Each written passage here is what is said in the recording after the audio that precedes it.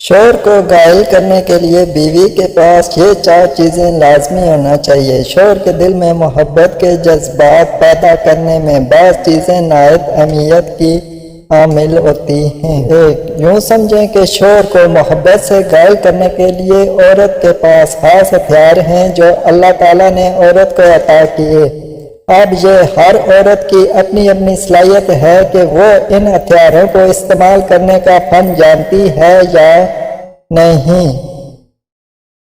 شوہر کے دل کا تالا اگر بند بھی ہے تو عورت کے پاس ایسی چابیاں ہیں جس سے وہ بآسانی کھل سکتا ہے۔ نمبر 1، خوشبو کا استعمال۔ اس طرح عورت کو چاہیے کہ شوہر کے لیے خوشبو کا استعمال کرے۔ خوشبو کا استعمال آپ کے پاس ایک چابی ہے۔ قدرتی بات ہے کہ مرد ہو یا عورت، خوشبو ہر کسی کو اچھی لگتی ہے۔ ہمارے رسول صلی اللہ علیہ وسلم نے خوشبو کو پسند فرمایا۔ پوری دنیا کے انسان فطری طور پر خوشبو کو پسند کرتے ہیں، لہذا آپ ہمیشہ اچھی خوشبو کا استعمال کریں کہ خاوند جس کو سونگھنا پسند کرتا ہو۔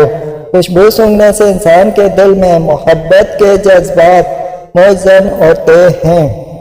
اس لیے بیوی کو چاہیے کہ وہ اپنے خاوند کے لیے خوشبو کا استعمال کرے، مگر یاد رہے کہ ایسی خوشبو نہ ہو جو بہت زیادہ پھیلے اور غیروں تک پہنچے۔ صرف شوہر کے لیے خصوصی طور پر خوشبو کا استعمال کیا کریں۔ یہ عمل شوہر کو قریب کرنے میں بہت کارآمد ثابت ہوگا۔ نمبر 2، ہاتھوں کی کنجی۔ عورت کے دونوں ہاتھ یہ بھی کنجیاں ہیں۔ جب آپ کسی موقع پر بات کرتے ہوئے اپنا ہاتھ اپنے خاوند کے ہاتھ میں دے دیں یا اپنے ہاتھ کے کندھے پر رکھ دیں تو آپ کی بات کرنے کا خاوند پر اثر ہی کچھ اور ہوگا۔ یہ عمل شوہر کے لیے بے حد پسند آتا ہے کیونکہ اس عمل سے بے پناہ اپنائیت ملتی ہے اور محبت پیدا ہوتی ہے۔ تو ہاتھ بھی اللہ رب العزت نے بنائے ہیں۔ آنکھوں کا ہتھیار۔ سب سے پہلے انسان کی آنکھیں یہ وہ کنجیاں ہیں جن کے ذریعے سے عورت اپنے خاوند کے دل کے بند تالے کو کھول سکتی ہے۔ مسکراتی آنکھیں ہمیشہ دوسرے کا دل جیتتی ہیں، دل خوش کرتی ہیں، ہمیشہ دوسرے کو محبت کا پیغام دیتی ہیں۔ آپ ہمیشہ اپنے شوہر کو نرم اور پیاری نگاہوں سے دیکھیں۔ مقصد آپ سمجھ گئی۔ ہمیشہ اپنے شوہر کو نرم نگاہوں سے دیکھا کریں کہ جب آپ دیکھیں تو خاوند سمجھے کہ یہ کیا کہہ رہی ہے، میں تو آپ پر قربان ہو جاؤں۔